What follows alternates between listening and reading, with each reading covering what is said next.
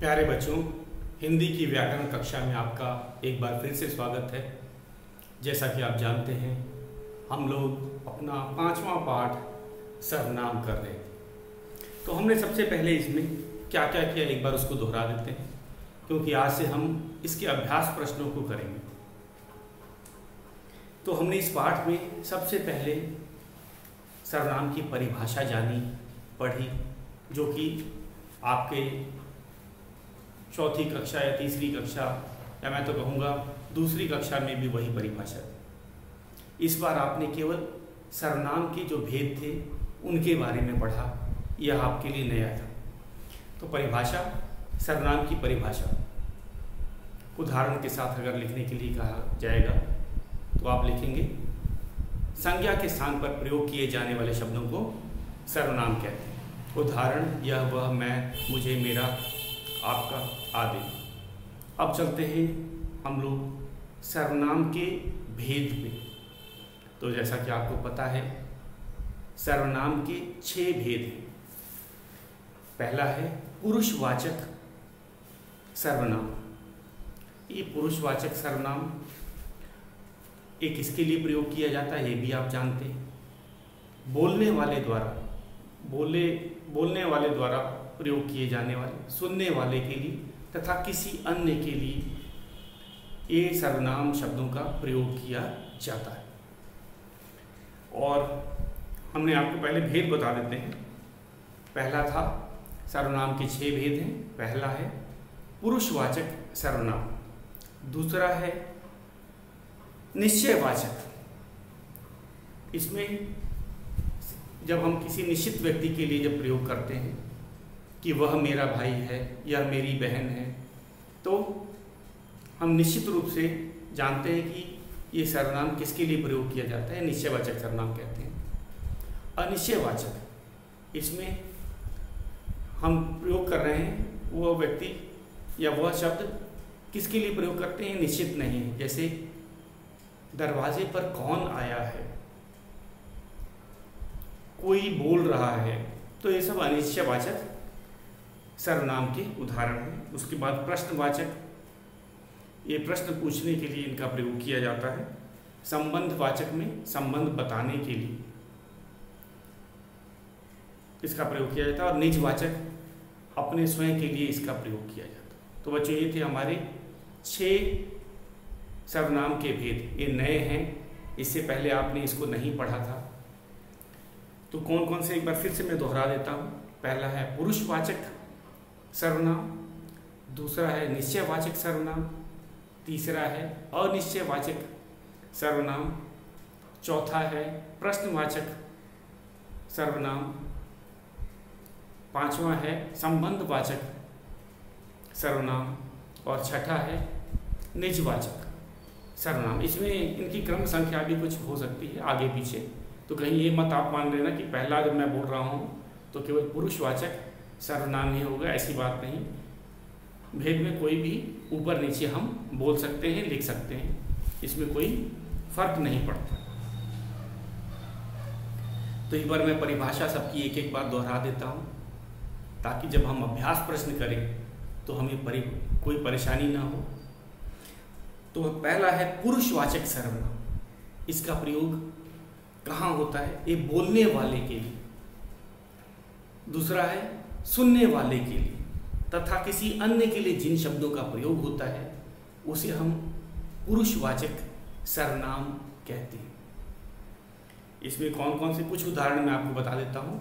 बोलने वाले के लिए मैं, मुझे, मेरा, हम, हमारा। सुनने वाले के तुम, तुम्हें, तुम्हारा, आप, आपका। और अन्य के लिए वह, वे, उनका, उसका आदि। अब हम चलते हैं अपना दूसरा, जो कि हम कह रहे थे निश्चयवाचक। इसमें निश्चित होती है कि किसके लिए हम लोग प्रयोग कर रहे हैं। रवि मेरा भाई है, वह मेरा भाई है। तो वह मेरा भाई है, इसमें क्या है, मुझे आपको पता है कि ये वह रवि के लिए प्रयोग किया जा रहा है, निश्चित है।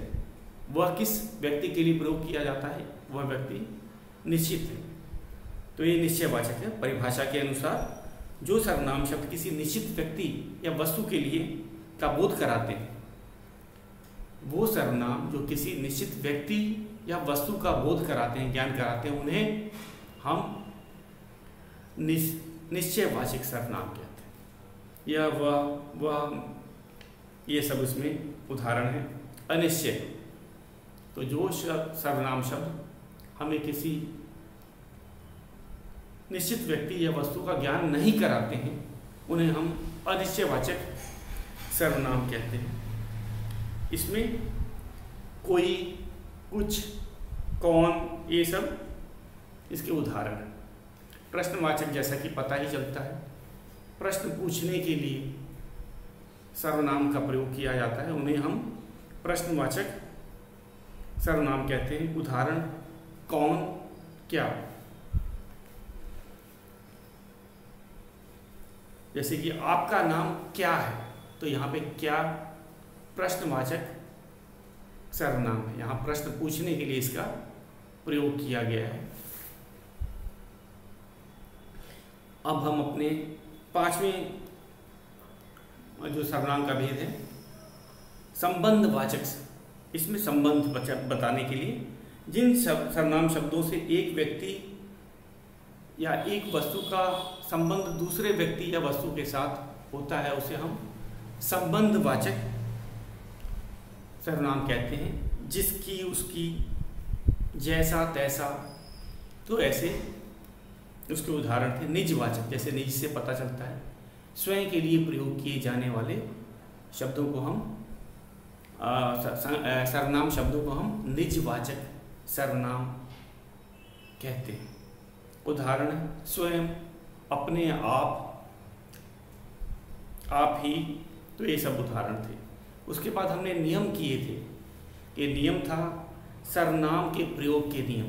मैंने आपको बताया था कि सर्वनाम के 2 ही नियम हैं। सबसे पहले बात कि सर्वनाम का जो रूप का परिवर्तन पुरुष, वचन और कारक की दृष्टि से होता है।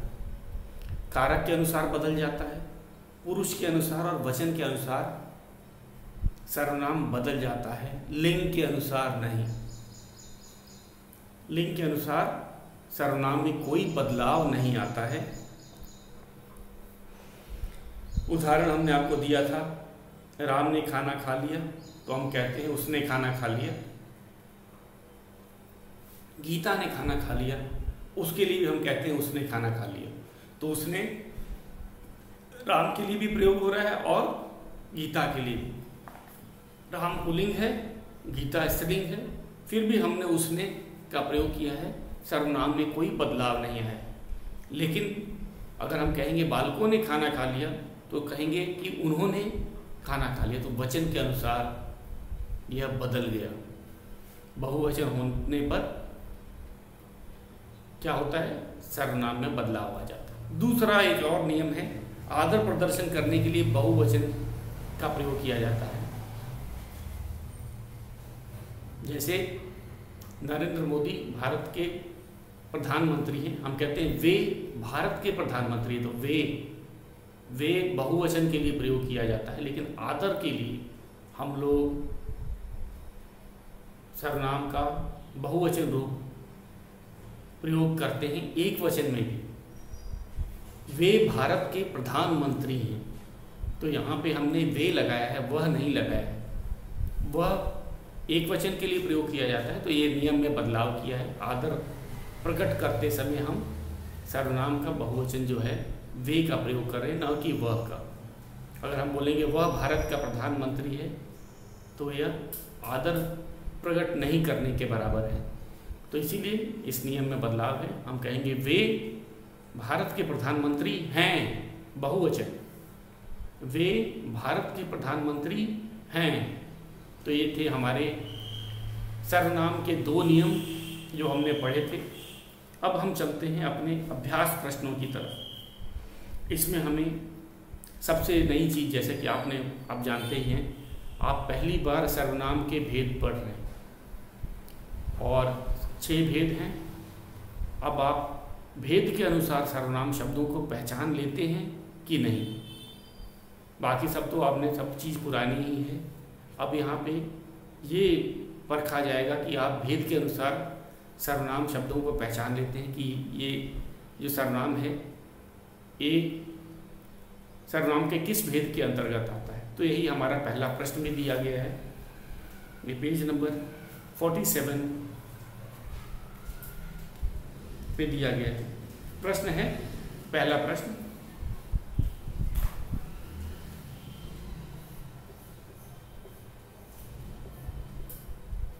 पहला प्रश्न है हमारा, सर्वनाम छांटकर उचित स्थान तक पहुंचाओ।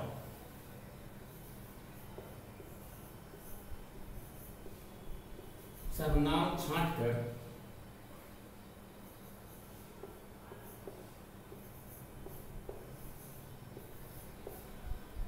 उचित स्थान तक पहुंचाओ। अच्छा, ये गुब्बारे बने हुए आपने देखा है, छांटकर उचित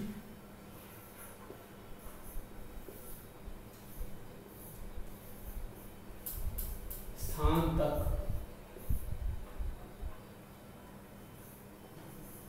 पहुंचाओ।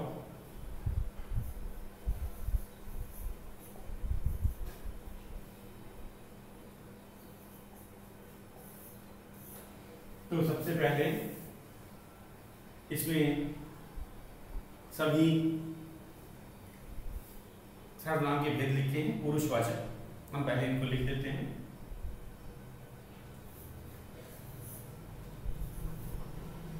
पुरुष वाचक, दूसरा है निजवाचक। मैंने आपको बताया था इनकी क्रम संख्या कुछ भी हो सकती है, निजवाचक भी पहला हो सकता है, पुरुषवाचक भी पहला हो सकता है।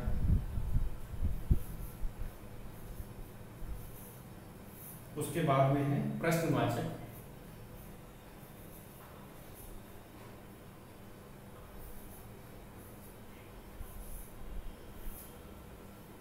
उसके बाद में निश्चयवाचक,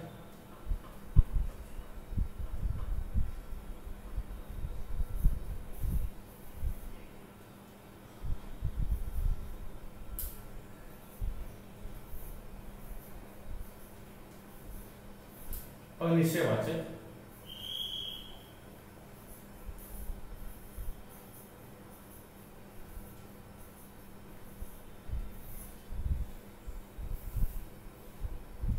और संबंधवाचक।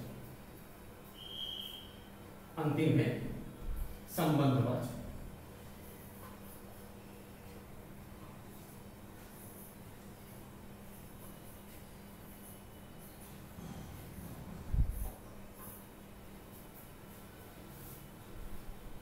तो इसको बॉक्स में डाल देते हैं।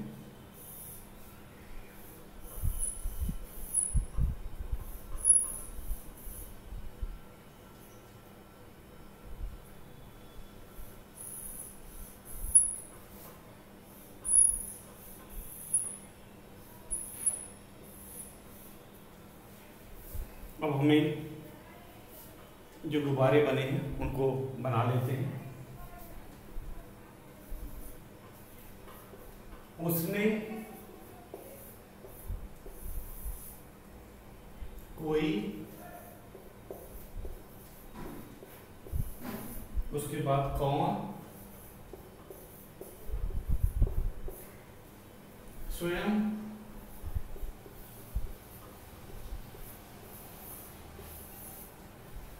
उसके बाद कुछ,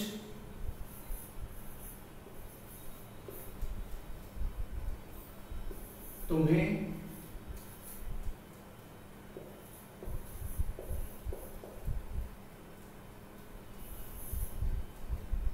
मैं,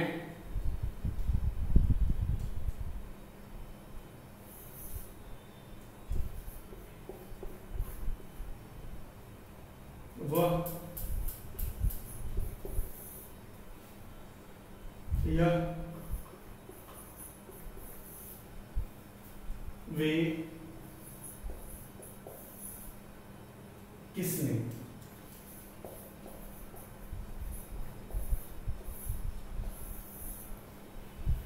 तो हम इनके एक एक करके चलते हैं बच्चों।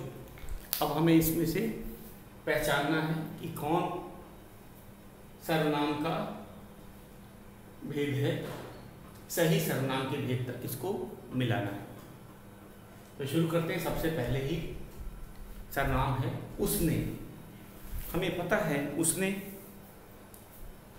क्या है, संबंध है। संबंधवाचक के लिए इसका प्रयोग किया जाता है, तो हम इसको संबंधवाचक से मिलाएंगे। उसके बाद आता है कोई। कोई का है अनिश्चयवाचक। कोई अनिश्चयवाचक है, ये हमारा यहाँ पे है। कौन। कौन है प्रश्नवाचक। मैंने कहा था आपको प्रश्न पूछने के लिए भी इसका प्रयोग किया जाता है, प्रश्नवाचक। और स्वयं निजवाचक, जैसे कि आपको पता है स्वयं का निजवाचक के साथ हुआ। और कुछ इसके बाद में है, कुछ अनिश्चयवाचक, ये भी अनिश्चयवाचक है। कुछ। तुम्हें। तुम्हें का है, ये है पुरुषवाचक।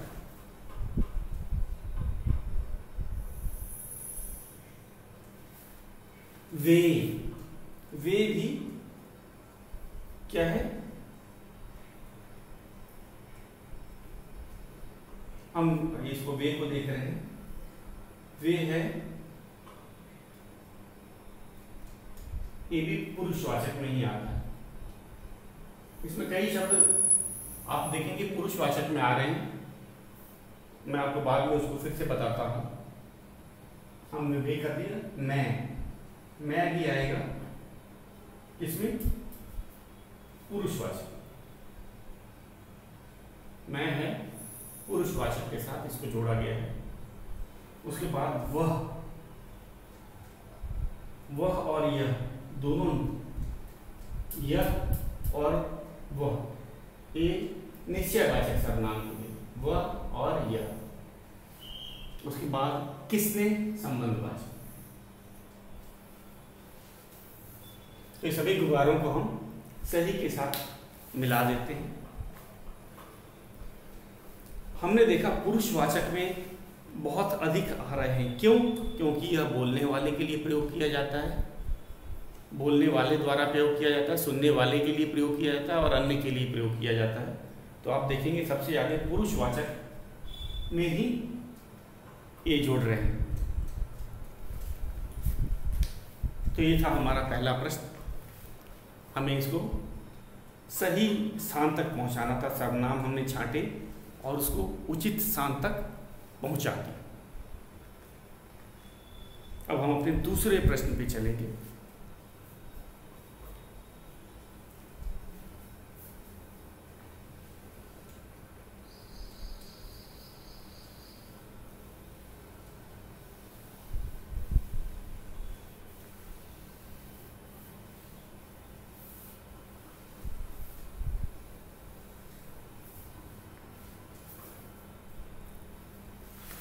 मेरे ख्याल से अगर आप इसको हम सामने सामने लिखेंगे तो ज़्यादा ही सही रहेगा, क्योंकि मैंने देखा कि बहुत सारी जो गुब्बारे बने हुए थे और उनके जो उचित स्थान तक पहुंचाने में सारी रेखाएं मिल गई थी। तो क्यों ना हम इसे ऐसे लिख देते हैं ताकि आपको कोई गलतफहमी ना लगे। तो मैं लिख रहा हूँ सबसे पहले पुरुषवाचक ये लिख रहा हूँ। पुरुष वाचक जो सर्वनाम है वे कौन कौन से थे? वो है पहला तुम्हें,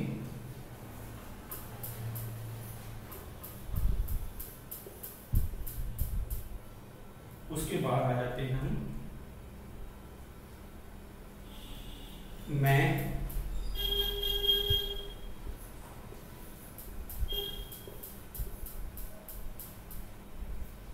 तुम्हें हो गया, मैं, उसके बाद में जैसे वह है बच्चों, वह एक अपवाद है, वह निश्चयवाचक में भी आएगा, वह और पुरुषवाचक में भी आएगा। वह और यह निश्चयवाचक सर्वनाम का ही भाग है, लेकिन यह पुरुषवाचक सर्वनाम में भी आता है, हमारे पाठ्य पुस्तक में भी ये दिया हुआ है। इसीलिए कुछ बच्चों को इसमें असमंजस हो सकता है, परेशानी हो सकती है, क्योंकि यह जो कुछ सर्वनाम है दोनों में ही आते हैं। इसीलिए मैं इसको लिख के आपको दोबारा बता रहा हूँ। अगर इसमें जैसे ये दे रखा है वह क्या है, अगर कहा जाए तो वो तो निश्चयवाचक सर्वनाम है। वह मेरा भाई है, तो वह का प्रयोग निश्चयवाचक सर्वनाम के लिए हमें पता है कि हम वह किसके लिए प्रयोग कर रहे हैं, लेकिन यह पुरुषवाचक सर्वनाम में भी आएगा। तो अगर ऐसे वाली बात है तो आपको ये दोनों पता होना चाहिए। इस प्रश्न में एक है कि एक सर्वनाम दोनों में ही ये पाए जाते हैं, तो इसीलिए आपको डरना नहीं है, ये दोनों में ही सही होंगे। मैं दूसरा लिखता हूँ, निजवाचक। और एक और चीज, जो सर्वनाम के भेद हैं, कोई भी ऊपर नीचे हम लिख सकते हैं, 6 हैं भेद। हम किसी को नहीं बोल सकते कि पुरुषवाचक पहला ही सर्वनाम का भेद है, ऐसी बात नहीं। कोई भी हम ऊपर नीचे लिख सकते हैं, जैसे निजवाचक। अब हम इसमें दूसरे पे लिख रहे हैं, पहले इसको अंतिम में लिखा था निजवाचक। निजवाचक का जैसे कि आपको पता ही है, स्वयं के लिए प्रयोग किए जाने वाले, तो ये है स्वयं।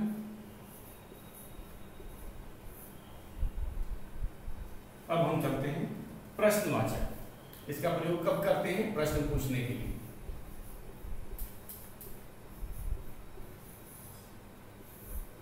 प्रश्नवाचक सर्वनाम का प्रयोग हम प्रश्न पूछने के लिए करते हैं। कौन,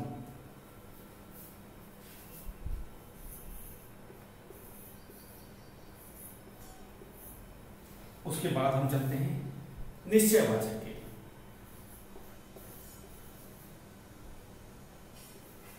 निश्चय वाचक,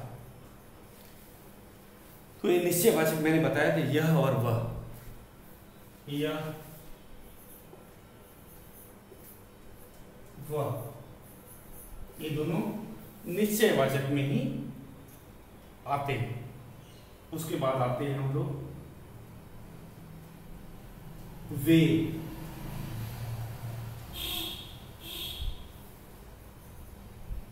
ये आ गया अनिश्चय। अनिश्चय,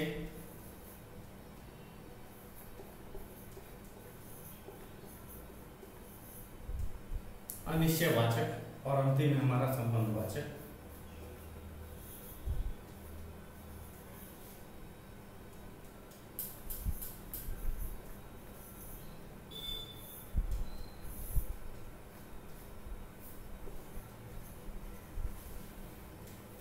तो अनिश्चय में क्या है? इसमें है कोई और कुछ, कोई और कुछ, कोई और कुछ। कोई दरवाजे पर कोई आया है, हम इसमें क्या है, निश्चित नहीं है, कोई भी हो सकता है, हमें नहीं पता। मुझे कुछ भोजन दो, तो कुछ मतलब मात्रा या भोजन के बारे में नहीं पता।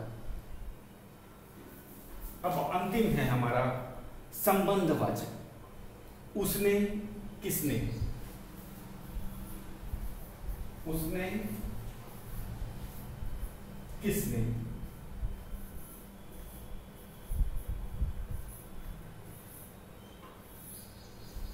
तो ये संबंध दर्शाने के लिए, तो सबसे पहले आ जाते हैं हम लोग पुरुषवाचक। आप यहाँ पे सभी हो गए हैं लगभग।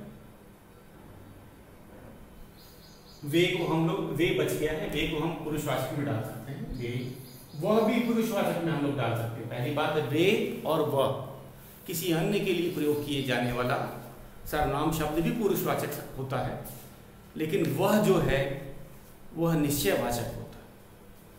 तो ये दोनों ही सही लिखा जाएगा। अगर आप देखेंगे, हमने खुद पाठ्य पुस्तक में ये दे रखा है कि वह और वे, ये पुरुषवाचक सर्वनाम में आते।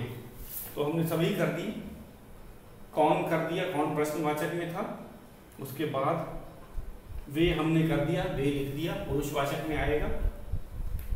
तो एक बार फिर से ध्यान दो, वह है, वह निश्चयवाचक जो है, यह वह हम पुरुषवाचक में भी अगर लिखेंगे तो गलत नहीं है। व्याकरण की दृष्टि से यह गलत नहीं है। जो वह है हम यहाँ लिख सकते हैं, और वे को भी हम यहाँ लिख सकते हैं, वे भी निश्चित है।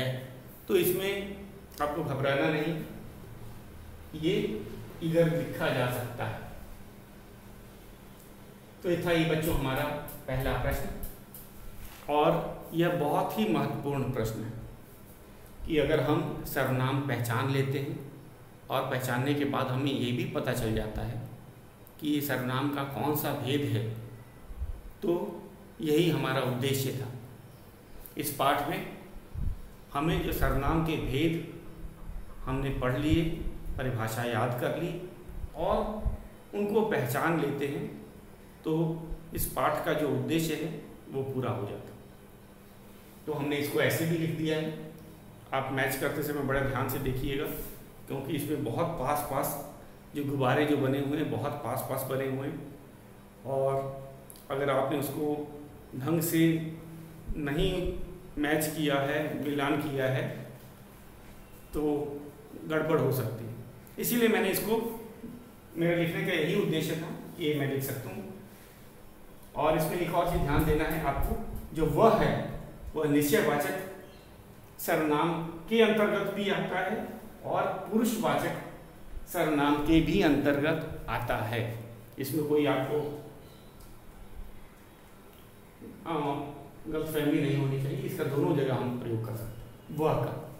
वह किसी अन्य के लिए प्रयोग किए जाने वाला सर्वनाम शब्द है, और वह निश्चयवाचक सर्वनाम में भी आता है। अब हम चलते हैं अपने दूसरे प्रश्न पे। सर्वनाम का सही रूप से वाक्य पूरी करो।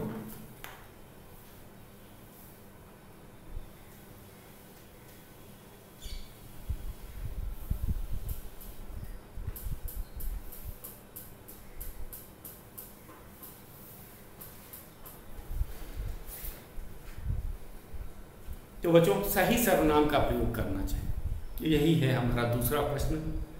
वाक्य दिया हुआ है, यहाँ तक कि सर्वनाम शब्द भी हमें दिए हुए। परीक्षा में आप याद रखिएगा कि आपको ये सर्वनाम शब्द नहीं दिए होंगे, आपको तभी भी ये वाक्य पूरे करना होगा। इसका आपको ध्यान देना है, अभ्यास इसका करना है कि आपको अगर सर्वनाम शब्द नहीं भी दिए हों तो आप उसे लिख सकें और वाक्य भी पूरा कर सकें। तो चलते हैं अपने दूसरे प्रश्न पे। हमारा दूसरा प्रश्न है, सर्वनाम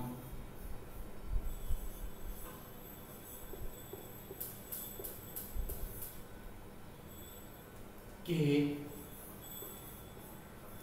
सही रूप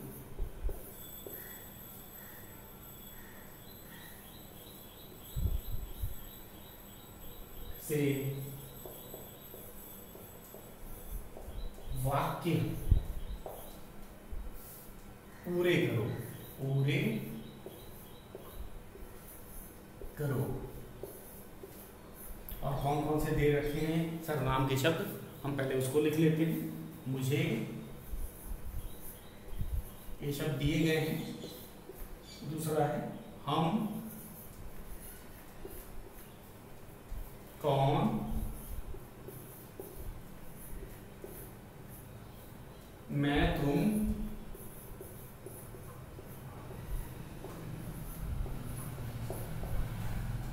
और तुम्हें।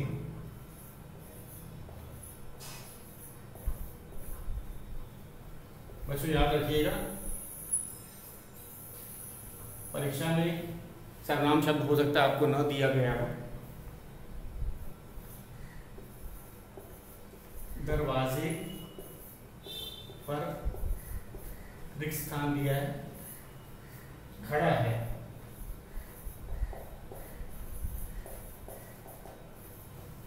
दरवाजे पर